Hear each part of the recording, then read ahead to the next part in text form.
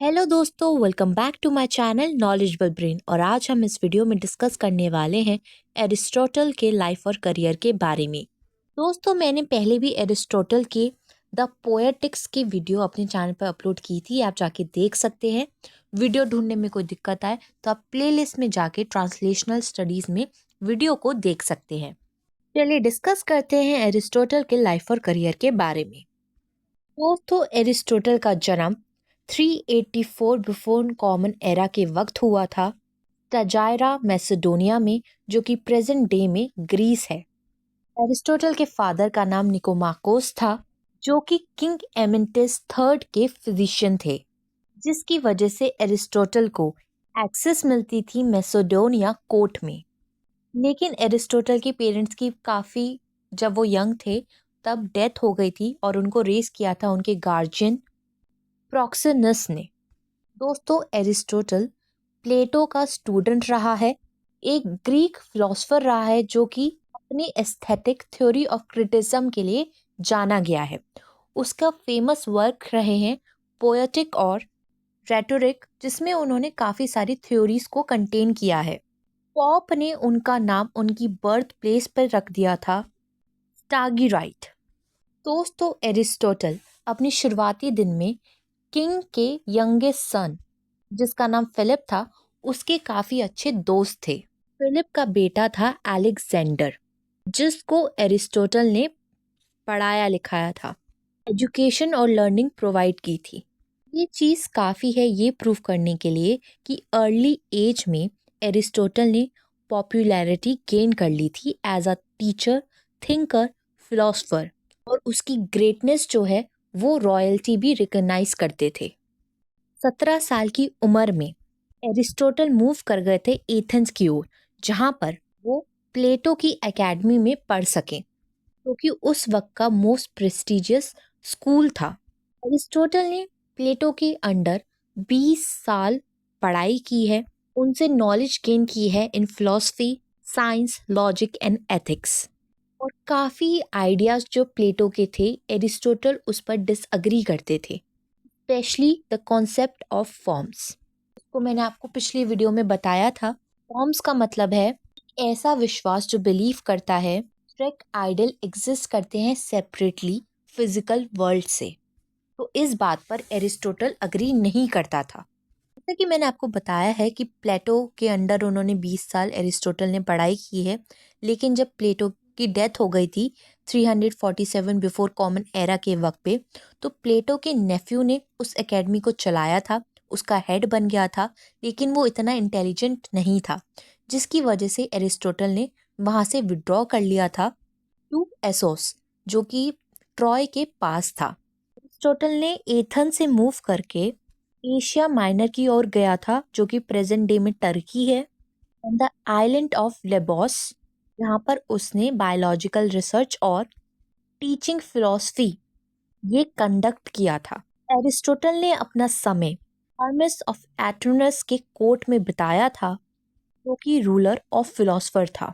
वहाँ पर एरिस्टोटल ने हर्मेस की नीस पाइथियस से शादी की थी। उस वक्त पे एरिस्टोटल ने एक पोएम कंपोज की थी जो प्रेस करती थी पाइथियस के वर्च्यू को, उसके हीरोइज्म को।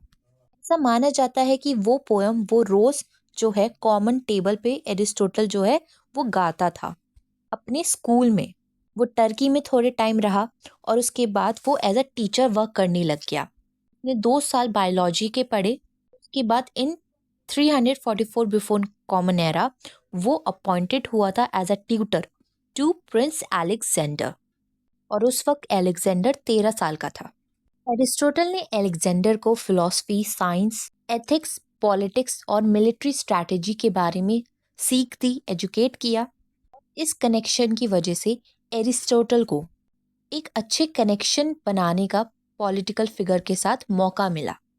दोस्तों, ये जो प्रोसेस ऑफ एजुकेशन था, ये दिखाता है कि एरिस्टोटल कितना ज़्यादा अलग है प्लेटो से, अपनी मास्टर प्लेटो से, क्योंकि ने प्लेटो की कॉन्सेप्ट ऑफ फॉर्म्स को रिफ्यूज़ कर दिया था। Although in the court of पेला फिलॉसफी की प्रेजेंस अभी तक थी कि वहाँ पे बारबैरिटी थी, मतलब क्रूअल्टी थी, वॉयलेंस था। किंग फिलिप ने अपनी क्वीन को दूर कर दिया और दूसरी वुमेन से शादी कर ली और जल्दी ही किंग फिलिप का मर्डर हो जाता है और एलेक्जेंडर उसका बेटा जो है, फर्स्ट क्वीन का जो बेटा है, वो थ्रोन सक्सीड कर लेता है। जब एलेक्जेंडर थ्रोन सक्सीड कर लेता है तो एरिस्टोटल वापस एथेंस चला जाता है 12 साल बाद, 335 बिफोर कॉमन एरा के वक्त पर। उस वक्त पर एथेंस अच्छी कंडीशन में नहीं होता, बट वो फिर भी जो है एक इंटेलेक्चुअल कैपिटल जो है वो माना जाता है।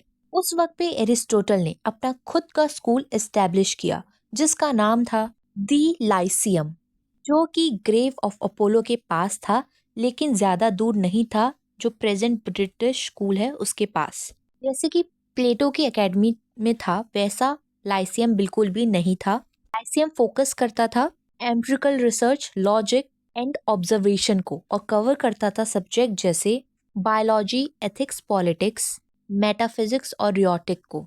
इस टोटल का जो टीचिंग मेथड था उसको प्री पैथेटिक टीचिंग बोला जाता है। वो इन्वॉल्व करता है walking while discussing the idea. इसके अलावा एरिस्टोटल ने अपनी रिसर्चेस जो है politics, history, literature, natural science और बायोलॉजी में की थी। दोस्तों, जब एलेक्जेंडर की डेथ हुई थी 323 इन बिफोर कॉमन एरा के वक्त, तो जो एंटी मैसोडियन थे उनके सेंटिमेंट जो है वो बढ़ गए इन एथेंस, और एरिस्टोटल जो है वो कनेक्टेड था मैसिडोनिया से, इसलिए उस पर भी इल्ज़ाम लगाए जा रहे थे कि उसने भी हमारे गॉड का अपमान किया है, बेइज्जती की है। वो नहीं चाहता था जैसे सेक्रोटिस के साथ हुआ था वैसे उसके साथ हो, इसलिए वो कैल्सियस चला गया था इन 322 बिफोर कॉमन एरा के वक्त। एरिस्टोटल की डेथ हो गई थी जब वो 62 ईयर्स का था ड्यू टू स्टमक इलनेस। दोस्तों, एरिस्टोटल फादर ऑफ लॉजिक था। इसने अपने वर्क ऑफ लॉजिक को कंपाइल किया था अपने कलेक्शन और ज्ञानोन में, जो इंक्लूड करती है category, prior analytics, posterior analytics, discuss करते हैं साइंटिफिक रीजनिंग को, नॉलेज को, टॉपिक्स, इंटरप्रिटेशन को। इसके अलावा एरिस्टोटल ने मेटाफिजिक्स के बारे में भी अपना ज्ञान शेयर किया है, जो कि स्टडी ऑफ एग्जिस्टेंस, रियलिटी और बीइंग है। और एरिस्टोटल ने 4 कॉसेस इंट्रोड्यूस करे हैं इस काम में, जो कि है मटेरियल, फॉर्मल, एफिशिएंट और फाइनल कॉसेस। दोस्तों, एरिस्टोटल एथिक्स में बिलीव करता था। वर्च्यू एथिक्स में मतलब कि अच्छी जिंदगी जो है वो डेवलप्ड होती है अच्छे कैरेक्टर से, rather than following strict rules. उसने इंट्रोड्यूस किया था गोल्डन मीन को, जिसका मानना है कि वर्च्यू जो है वो करेज और कावर्ड के बीच में होता है, मतलब बहादुरी और डरपोकपन के बीच में। और जो हैप्पीनेस है वो अल्टीमेट गोल है जिंदगी का, जो अचीव होती है through wisdom, virtue and rational living. Aristotle ने पॉलिटिक्स के बारे में ये बिलीव करा है कि एक नेचुरल हिरार्की होनी चाहिए। क्लासिफाई किया है गवर्नमेंट को 3 टाइप में। मोनार्की मतलब एक कोई इंसान रूल करेगा, एरिस्टोक्रेसी जहाँ पर वो इंसान रूल करेगा जो सबसे ज़्यादा बेस्ट है, एंड डेमोक्रेसी जिसको हर कोई रूल करेगा, वो मॉब रूल होगी। एरिस्टोटल का मानना है कि कॉन्स्टिट्यूशनल गवर्नमेंट सबसे ज़्यादा बेस्ट है। दोस्तों, एरिस्टोटल को फादर ऑफ बायोलॉजी भी बोला गया है क्योंकि उसने एक सिस्टमैटिक स्टडी ऑफ ऑर्गेनिज्म बताया था।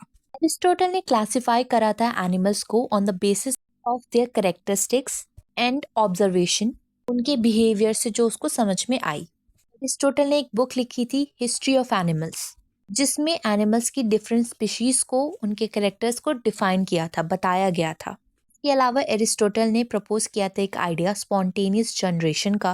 उसका ये मानना है कि कुछ जो लाइफ है वो नॉन लिविंग थिंग से भी जनरेट हो सकती है। दोस्तों, इसके अलावा एरिस्टोटल ने एनालाइज किया था ट्रेजेडी और एपिक पोएट्री को, इंट्रोड्यूस किया था कुछ नए ड्रामेटिक कॉन्सेप्ट को, जैसे ट्रैजिक हीरो मतलब कि एक नोबल करेक्टर जिसकी लाइफ में काफ़ी ज़्यादा परेशानियां हैं, ट्रेजिडी से भरी हुई है। इसके अलावा कैथरेसिस मतलब इमोशनल प्योरिफिकेशन फॉर ऑडियंस, और 3 यूनिटीज़ को, टाइम, प्लेस एंड एक्शन जो है कंसिस्टेंट होना चाहिए एक प्ले के अंदर। एरिस्टोटल का मानना था जियोसेंट्रिक यूनिवर्स में, जिसके अकॉर्डिंग जो अर्थ है वो सेंटर में है। एरिस्टोटल ने एक्सप्लेन किया था मोशन को using 4 elements, air, water, earth and fire. Fifth element था ईथर।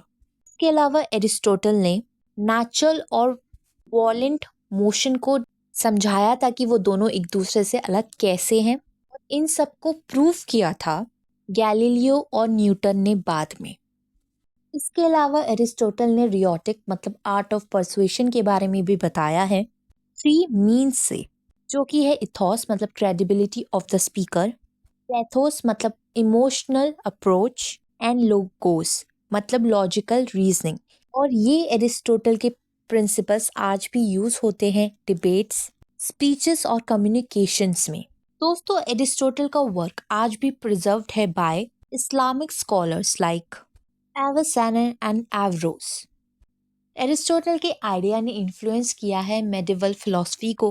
उसके साइंटिफिक मेथड ने फाउंडेशन लेड करी है फॉर मॉडर्न साइंस, और उसकी जो फिलॉसफी थी वो आज भी एसेंशियल है इन एथिक्स, पॉलिटिकल साइंस, लॉजिक और साइकोलॉजी में। दोस्तों, एरिस्टोटल एक ग्रेट स्टूडेंट था प्लेटो का, लेकिन although as a philosopher, thinker और क्रिटिक वो अपने मास्टर से काफ़ी अलग सोच रखता था। उसने प्लेटो की ही थ्योरी को चैलेंज किया था, ये दिखाते हुए कि जो पोएट्री है ज़रूरी नहीं कि वो प्लेजेंट हो, यूजफुल भी हो सकती है मैन और सोसाइटी के लिए। एरिस्टोटल ने अपने वर्क में कहीं भी मेंशन नहीं किया है प्लेटो का नाम, लेकिन पोएटिक्स में उसने एक स्पिरिट ऑफ रिप्लाई दिया है प्लेटो के कन्विक्शंस को। का ये मानना है कि पोएट्री जो है इम्पॉर्टेंट है किसी के करेक्टर को मोल्ड करने में, बनाने में। और इनिशियली हिंट भी दी है कि जो थ्योरी है इन पोएटिक्स वो प्लेटो से ली गई है, लेकिन एरिस्टोटल ने उसको मॉडिफाई किया है, री इंटरप्रेट किया है, जिसकी वजह से ये अलग लगती है और नई लगती है। प्लेटो जो है वो आइडियलिस्ट था, वहीं पे एरिस्टोटल बिलीव करता था reality of the world of senses में। एरिस्टोटल ने जो है रियल टू आइडल मूव किया, उसने प्लेटो के अपोज स्टैंड किया, की थ्योरीज उसकी नॉलेज के अपोज स्टैंड किया, रिजेक्ट किया प्लेटो के व्यूज को, जो दिखाती है कि जो पोएट्री है वो प्रोड्यूस करती है डेंजरस एक्सेस ऑफ इमोशंस को in real life. But Aristotle इस बात से इनकार करता है, उसने उस थ्योरी को इवॉल्व किया, डिफेंड किया कि रियल लाइफ में ह्यूमन सोसाइटी में पोएट्री की नीड है। दोस्तों, आई होप आपको एरिस्टोटल के लाइफ और करियर के बारे में बातें समझ में आ गई हो, ये वीडियो समझ में आ गई हो। और वीडियो देखने के लिए हमारे चैनल को लाइक करें, शेयर करें और सब्सक्राइब करना ना भूलें। अगली बार फिर मिलेंगे एक और नई वीडियो के साथ। Thank you for watching this video.